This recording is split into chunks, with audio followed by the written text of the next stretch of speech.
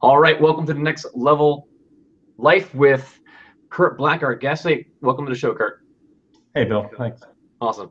So today's show is the Lifestyle Entrepreneur Edition, where we go more into essentially how do you start a business that is something that you're passionate about, also makes money. It's something that I've been doing with my wife, and Kurt's been doing it for years now. So I'm going to read Kurt's bio here, and then we'll get into some of his story, his background, some of his top 3 tips for lifestyle entrepreneurs, and then top 3 tips for product mastery, which is pretty cool. So Kurt Black is president of Glenwood Digital, a digital media agency focused on working with consultants, coaches, and entrepreneurs to implement online marketing solutions. He's a specialist in marketing funnel technology and online product creation, and has been an entrepreneur himself for over 15 years. Kurt is the host of the Product Mastery Podcast, which focuses on productization, creation of saleable products out of one's knowledge, experience, and expertise. He's also the author of the Product Planning Guide, a resource designed to help consultants, coaches, and speakers strategically design an integrated suite of products to leverage their experience and expertise. All this stuff is awesome. All this stuff is extremely important. So, Kurt, let's get into it, man. What's some of your background? What's some of your story? How did you get started on your path? So I've been doing the entrepreneurial thing for a long time, like the bio says, and I kind of started as a consultant. Started out at Ernst & Young and implementing big ERP systems, big software systems, and then got into doing my own consulting. Went off on my own, and I started doing CRM software like Salesforce, and back in the day there was Siebel and some other software packages, but that's kind of where I started. And then that all led to, with entrepreneurs, there's it's never a straight line. It's always a wavy path. But I ended up getting into some of the current technologies like marketing automation. So, yeah. Gotcha. Yeah. So were you enjoying the work that you were doing? Is it something that, I think so. I think that with the consulting and implementing the big ERP systems, I enjoyed it. What I found with me personally was that I was just traveling a lot and wanted to find a way to just get off the road. And I mean, we'd fly out Sunday evening and not come home till Thursday or Friday. So just being out of town a lot, and as you start to have a family, that's just a lot of time away. So I wanted to look for build a business that had a little bit more freedom to it, and I could either do from wherever I wanted to, or would have some kind of passive element to it. Yeah, no, that makes a lot of sense. Yeah. So, so basically, I'm getting a little bit of feedback here, just making sure that you hear anything on your end. Nope, it sounds good on my end. Okay. So hopefully that'll just be taken care of. So so basically we talked about you like the work that you were doing, but it was pretty much when it comes to lifestyle entrepreneurship, there's a couple of freedoms, four freedoms to focus on: time freedom, geographic freedom, ability to travel, financial freedom, and then freedom to express. So even though you're doing something that you liked, you were just basically you wanted more time to be with your family and the things of that nature, right? Right, and the time, and it was just a lot of the travel, but it wasn't travel that I wanted to be doing. So it was mostly the time element that I didn't like when I had the consulting job, and I wanted to build a business that had more freedom in terms of time. And So then we'd like to talk about what are some influences that you may have had, some books or some speakers or things, because sometimes we might have this epiphany or this moment like, hey, I need to start going down this path. But sometimes it's more often the case that it takes a longer period of time where you're kind of for me it's books, tons of books in the background. But like each one of those books, kind of just like over time it builds another step and the next step and the next step, and then it kind of pushes you in the direction. So what are maybe some books, some speakers that may have had an influence on you to take this path? Yeah, I'll tell you some. I mean, some of mine are old school. So, I read the 4-Hour Workweek way back when it first was published, and I remember, by Tim Ferriss, and I remember reading that and thinking, wow, this this sounds awesome. Yeah, right. Not just the 4-hour work week, but just having the freedom to do what you wanted to do. And I think, I don't know how many, I don't know if he was the first, but I remember him as one of the first people that kind of talked about this concept of a freedom entrepreneurial lifestyle, or having some sort of passive income. And the other one I remember reading somewhere in that same time frame was Rich Dad Poor Dad. Sure. And he's focused on real estate, obviously, but he's coming at it from a passive income model. And that was the first time to me that I really heard about the concept of passive versus active income, and started to understand what that really means, and how having passive income can really help you gain more freedom. So those two books I remember. And then, more currently, I think in probably the last 3 or 4 years, one of the first online marketing guys I came across was Brendan Burchard. Yeah. And, stumbled on to him through I don't even remember how I first came across him, but started listening to his stuff, and it just made so much sense. And then, as you know, we've met each other at a couple of his events, and have just from there learned so much from him, and some of the others like Jeff Walker, who talks about product launching and really productizing your expertise. And so I'd say those, probably those 4 are my top influences. Yeah, and that's they've done a good job with the marketing when you can't really remember when they came into your life. Like, hasn't Brendan Burchard always been in my life? I don't know. Yeah, that's right. But yeah, so we talk about training, going to training, and I always stress that, going to live events, going to training in digital marketing, so for Brendan Burchard, a couple of things that, the Experts Academy, where you talk about how can you monetize your message and things of that nature. And one of the things that might be, when you come away from an event like that, you might not have the ability, the technical know-how and knowledge to actually take your message, put it into a product. And I know that's why you started or continue to work with clients and also train people on building product. And we'll talk about product mastery in the second half of the show. Sure. So we'll get to that. But for now, what are maybe some of your top 3 tips, some of the 3 things that you would focus on, or give advice for somebody that's saying they want to, maybe they just want to get into or start off, or maybe they're working a 9-to-5 job and they want to try out or get into this lifestyle, entrepreneurial, type of business.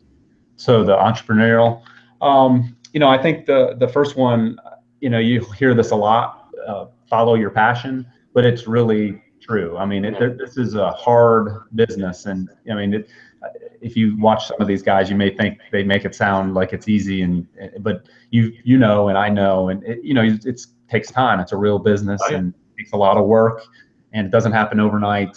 I've heard some really great quotes about my overnight success was 14 years in the making, and that kind of right.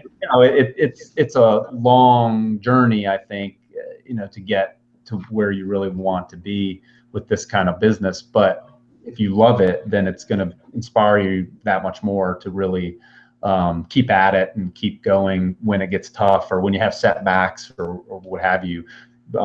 If you don't love the work, and to me, I kind of break it down into 2 things. You have to love what you're teaching, your topic. You also have to love your audience, the target audience, whoever's going to be your tribe that you build over time, to feel a connection with that group. And to me, you usually pick somebody that you used to be a member of that group, or are a member of that group. And so, number 1, follow your passion, and who you're teaching to, but also what you're teaching. I'd say the second tip is, going back to the Tim Ferriss stuff, is build something with a passive element to it. I think if you're just getting into this, you have the luxury to kind of think about what you want to do and design it before you jump in. And yeah. I would definitely recommend, designing something that has some sort of passive income side to it, because you can build a great business, but if you have to work for all the income, it's still a job, right? I mean, if you have to go out and you're doing consulting work, for me, for example, consulting work's great, except it's active income. If I stop consulting, the income stops. Yeah. So maybe we can give an example real quick of how passive income works in the lifestyle entrepreneurial world, digital marketing world. So we may understand in the real estate world, you got apartments, you paid a certain amount, they're bringing in rent, the amount of money in rent, is more than the money that you're putting out. But how does that work? What's an example of, that for a digital marketer? Yeah, so for, in this space, I think it would be like an online course, where you're productizing your expertise and your knowledge. You're building an online course that people can access 24 hours a day, 7 days a week. And then on the front end, you're building what's called a marketing funnel or sales funnel to sell that course without you having to actively be involved all the time. So you can sell and deliver your product without being involved. And gotcha. I think online businesses and membership sites would be good examples. Gotcha. So some people know what a sales funnel or marketing funnel, but just a real quick, from your standpoint, what is a sales funnel? What is a marketing funnel? What are some of the components of that? So I think what they're teaching now is it's a sales funnel. Obviously, you're getting people that have never been exposed to your business, introduced to your business, and then you're nurturing them along the way until they become a customer. That's it's the sales process. And what I think is working successfully today is a value-oriented sales process where people are becoming familiar with you and your brand and your offerings, but you're giving them a lot of value on the front end before you're pitching them. So the sales funnel, what I call a sales or marketing funnel, would be finding prospects, and whether you're doing that from Facebook, using paid advertising on Google or Facebook, or you're using some more free concepts. Like I know people are doing podcasts or YouTube channels, and there's a lot of different things you can do to be promoting yourself, writing books and sort of thing that promote yourself. So all of that traffic, whether it's paid or unpaid, you want to send to a central opt-in page, it's called, as kind of the front end of your funnel. And then once they've opted in, then you deliver a lot of value to them, a lot of training. I think Brendan Burchard says marketing is training today. Sure. And so you're doing a lot of training, and then at some point you make a relevant offer to them to say, hey, if you'd like to go, if that was valuable to you and you enjoyed that, I've got this product that goes a bit deeper, has maybe a lot more examples and templates and that kind of thing. Yeah, no, that's a good point about education-based training, where essentially if you're coming to somebody and they're not too familiar with them, and then you say, hey, I'll teach you this point, I'll teach you that point. And if you teach it and implement it, then it's like, and by the way, I can teach you, more of this. They're more likely to say, yeah, that I want some more, versus you're like, buy my stuff, and they're just like, who are you? And I can't, everybody's saying that to me. And an interesting tip for people that are new to this is that, I think when you're new, and I know I did, you worry on the marketing side of giving away too much, because you're like, well, if I teach them everything in the marketing process, then why would they buy my product? But that's just not the case. I mean, I think the more you give away on the front end, the more likely they are to buy your product, even, because there's always going to be people that want to go another level, or they want some hand holding, that they just feel more comfortable with some coaching or some more, product. I think Brendan, even says most of his content is online for free if you went out and looked for it. So, that's one thing I would say to people about the marketing process is don't worry about giving away too much. Just worry about giving away too little. Yeah, absolutely. I would agree with that. So like put together this interview series, like I've got products for sale, online products. Danielle, she has online Total Health Transformation Academy, my wife, for the viewers who don't know. So what can be very frustrating is if you put a lot of effort into building up a YouTube presence, a Facebook presence, a Twitter presence, a blog presence, and you build up an email list and do all these things, and then if nobody can really come back and you don't have a product where they can go, they can't get more of you, A, and then B, you're running out of money. Right. You can't get the message out there. So. Yeah. So, and then I think my last tip would be, plan first, right? Because if you think about this business, you have they have the ability to plan it out. Make sure you're building a business that you really want to have. Because there's a lot of different ways to make money in this type of a business, whether it's coaching or live events or just, no personal contact and have all online courses kind of thing. It really comes down to what you want out of the business. And so make sure you spend some time up front thinking about that, so you're designing and building what, a business you want in the end. Yeah. Because, at the beginning, it's a blank sheet of paper, so you can design the business that you really want to have the lifestyle you want. Yeah, no, totally agree. No, so that's great. So we're gonna actually get into the product mastery, developing your own products portion and tips. But to kind of start things off, I want to get your thoughts or your opinions on. So let's say we'll get into building your course and how you can build your course and some of your tips for that. But let's say you have your course, it's recorded, it's sitting somewhere on your computer on Dropbox, getting ready to upload. Would you recommend, or do you have any thoughts on whether somebody hosts their own training? We host our own training here, but or puts it out on a course site like a Udemy or things of that nature. Do you have any thoughts either way on that?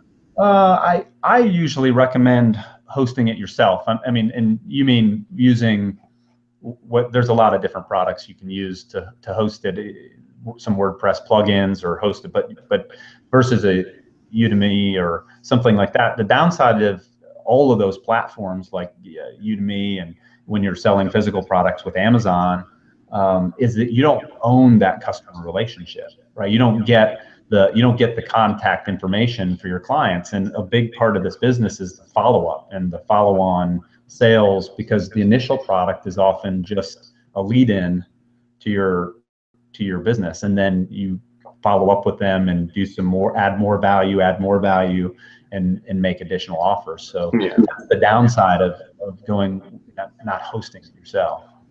Yeah, so we use Kajabi Next. You can do right with WordPress, ClickFunnels as membership sites, and you use what do you normally use for yours? ClickFunnels. I've moved everything to ClickFunnels. I'm just really impressed with that product. I know. It's we're talking about funnels. Like I've got like 20 of them going, and it's so powerful, and you have the ability to create so much.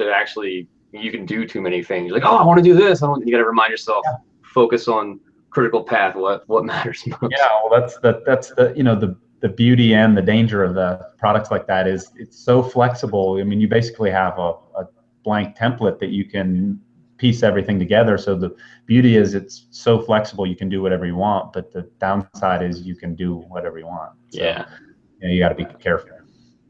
Cool. So let's get into your tips. Top 3 for product development, creating products. All right. So specific to product development, I think my number 1 tip is it really is about executing and doing it. And I see so many people, like you mentioned, go into these seminars. You can go to a Brendan Burchard or some of these other seminars and get all pumped up. And then I think the stats are 97% of the people leave those seminars and never do anything. Yep. And so, it really, the ones that are gonna actually, it sounds basic and simple, but it's really the key to it is you've got to do it. It comes down to execution, and you can't plan forever. You can't think about it and plan. You've got to eventually get to executing. I would even speed of implementation is what we use as part of that's our mantra.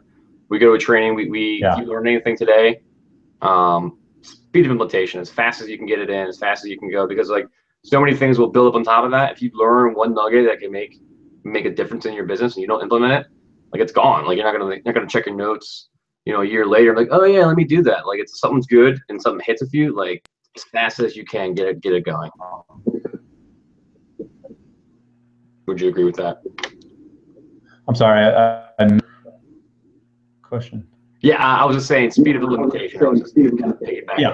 I would absolutely agree with speed of implementation.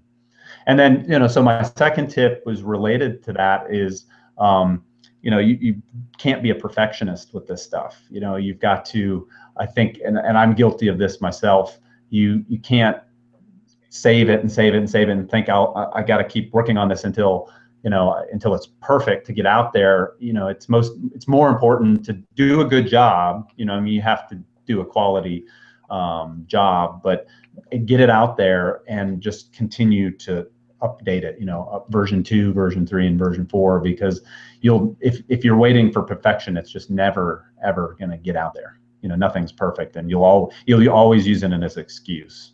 Yeah. What would be an example of, do you have any clients or somebody that yourself maybe you waited too long to get something going? And oh yeah, all the time. I mean, I think that I like I say, I've done it myself, and one example would be, I mean, I read, gosh, how long ago did I read Tim Ferriss's book the first time? And I think it took me 3 years from then to really, I came across some other people like Brendan Burchard and others in the meantime. But I keep thinking, if I had implemented something out of that book the first time I read that, yeah, how much further would I be ahead now? So yeah, no, I'm with you, but it's speed limitation, but it's also, I'm with you the same way. I read 4 Hour Work Week, and then like 3 years later, like I kind of like picked it up and reread it, and I'm like, I actually started doing like a certain portion. I started like teleworking more, and I started doing this and doing. I'm like, I'm gonna read this again. Like, I need to put more of this in.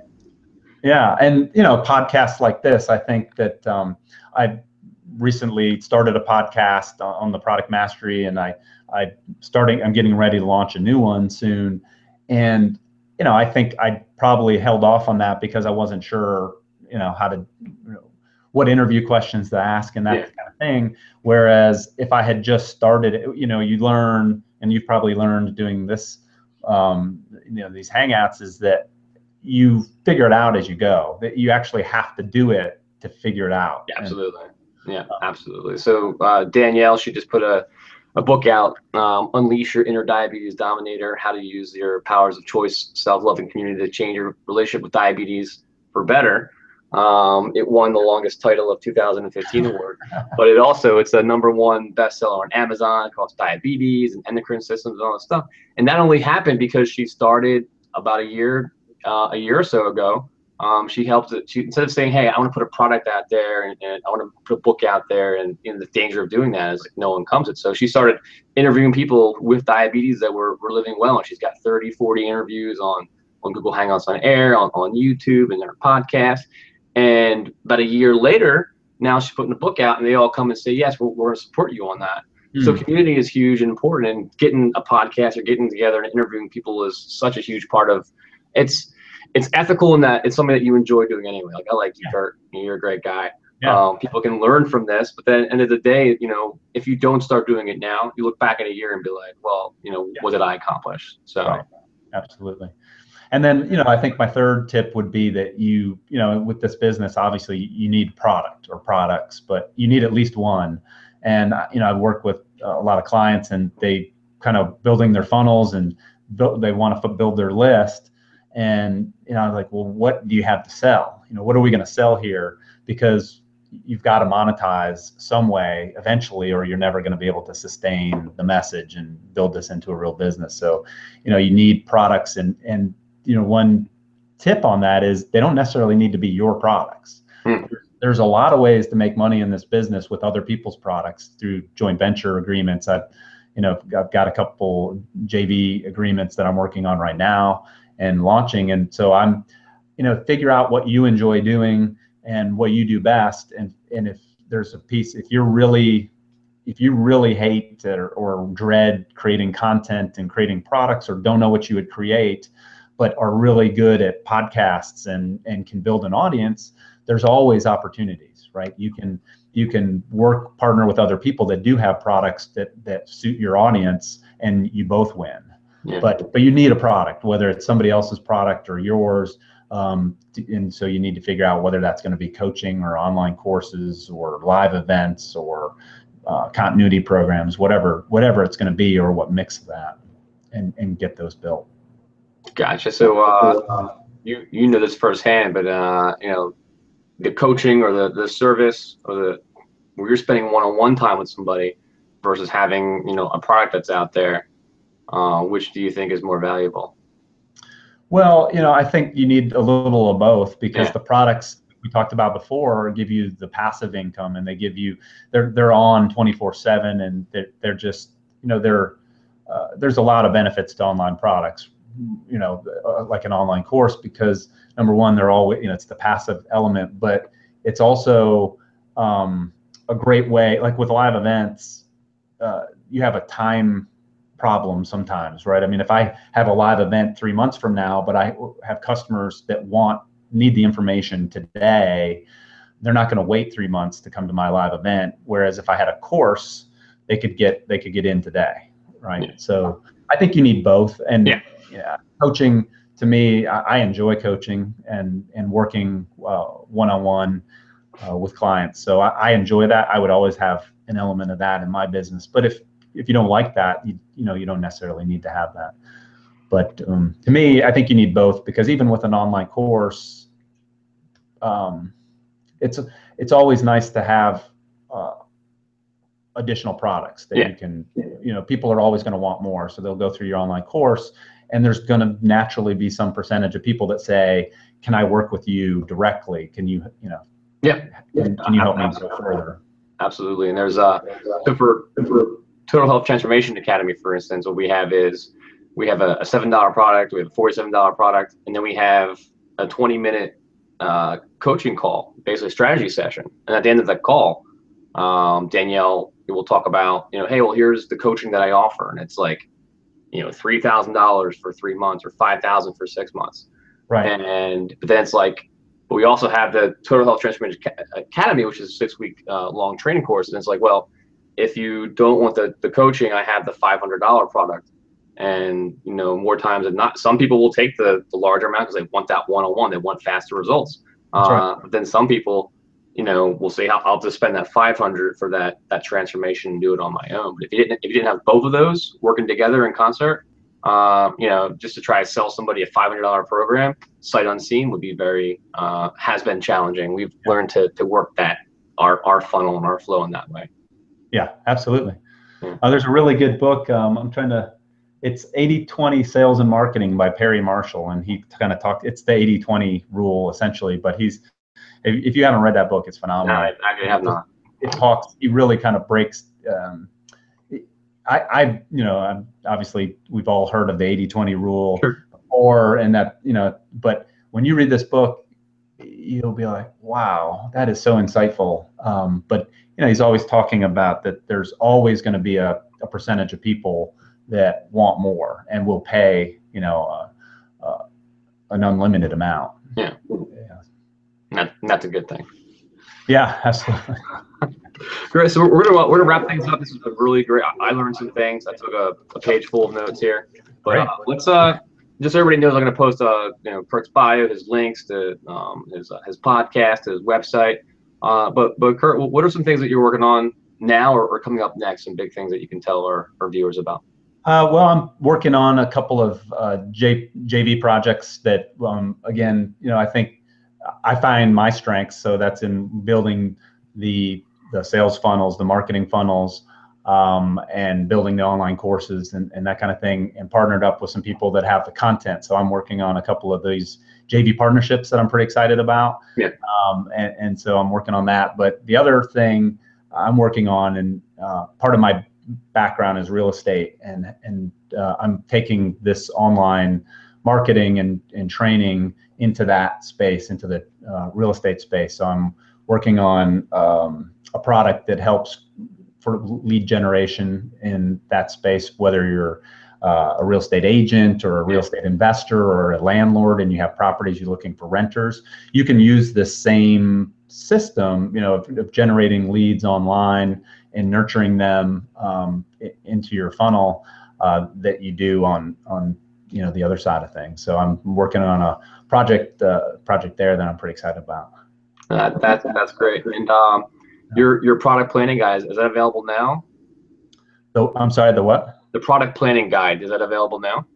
It is available. It's on Amazon, and the planning guide is meant as it's kind of a workbook that I use with clients, and when I do live events or workshops, I work with clients, and it's kind of a workbook to help them understand and plan out their product suite. because like we just talked about, you really need a suite of products, and some of those are going to be what's called your front end products, which are your free marketing type products, and then you've got your back end revenue generating products. Yeah. And this is it's really a planning guide to work people through that process. Yeah, no, that's awesome. Yeah. I'll put a link up to that. Okay. Yeah. I'll put a link up to all your stuff. And I probably should have let off of this, but I build my own funnels and do my own digital marketing. But Kurt's the guy that I like reach out to when I have like the tough questions, like how do you do this? So definitely check out his stuff. So hey Kurt, it's been great having you on. And, oh yeah, no, this has been fantastic. Thanks for having me. Yeah, absolutely. So we're gonna wrap it up. If you like what you saw, give it a thumbs up, give it a like, subscribe for more, and we're gonna wrap this up. We'll see you on the next video. All right, take care. Bye. Thanks, Bill.